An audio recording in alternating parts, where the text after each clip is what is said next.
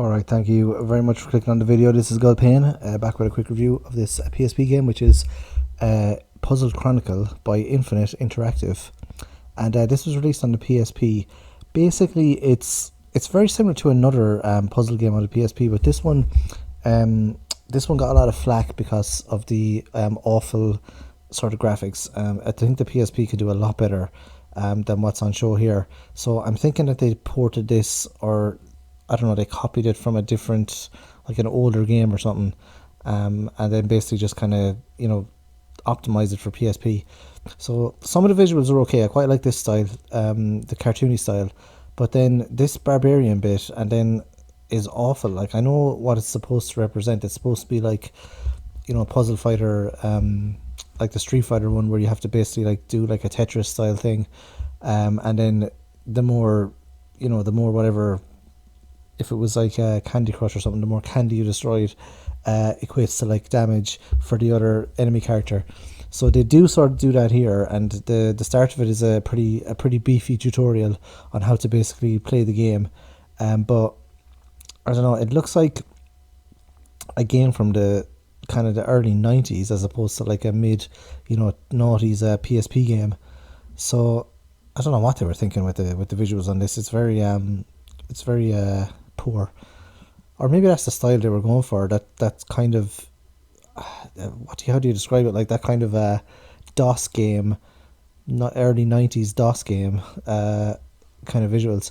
But it does the job anyway. It is quite a good game once you get into it. Once you get over the unappealing visuals, the puzzle element is pretty good. So you have to basically you have to put the blocks down onto the bottom of the screen, and then you have to match the block with a star on it. You have to put the few of them together and then match the block with a star on it, and then you have to shade in the colors on the left hand side, and then that will basically, you push a button then, and that will make the barbarian at the top, that will make him attack the enemy character.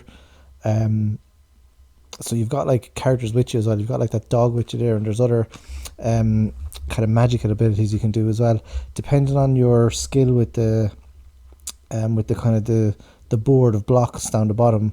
There's other things you can do with the blocks as well. You can when you put a few together, you can you can make them into like where they have like a symbol on them, and then the blocks then can be destroyed, and then the symbol equates to like a different attack. I'm not explaining this very well, but it is a pretty self-explanatory what you do here. It's a lot more complicated than the other puzzle fighter games, where you're just basically playing like, a game of Bejeweled or whatever, or a game of Columns or a game of Tetris, and the characters are just sort of like fighting each other, but they're not, it's not really, what you're doing on the board isn't really equating to what's happening in the fight. Whereas this one, it's a lot more what you're doing on the board is actually affecting the battle at the top of the screen, if that makes any sense. But yeah, there's different there is a different kind of not aesthetic, but a different kind of mode when you're in the town area. So that's like a more sort of cartoony aesthetic when you're in there, and you're kind of going into the different shops and stuff, and then or the kind of the overall world map. And then the aesthetic here then is sort of like a very, in the actual puzzle game, is very like 3D, like, everything's the actual size. It's not deformed or anything, and it's not very cartoony at all. So a bit of a contrast with the gameplay and the kind of the town side of the game. Anyway, that's Puzzle Chronicles. So if you played Puzzle Chronicle on PSP, let me know in the comment section below. I'll see you in the next video. Adios.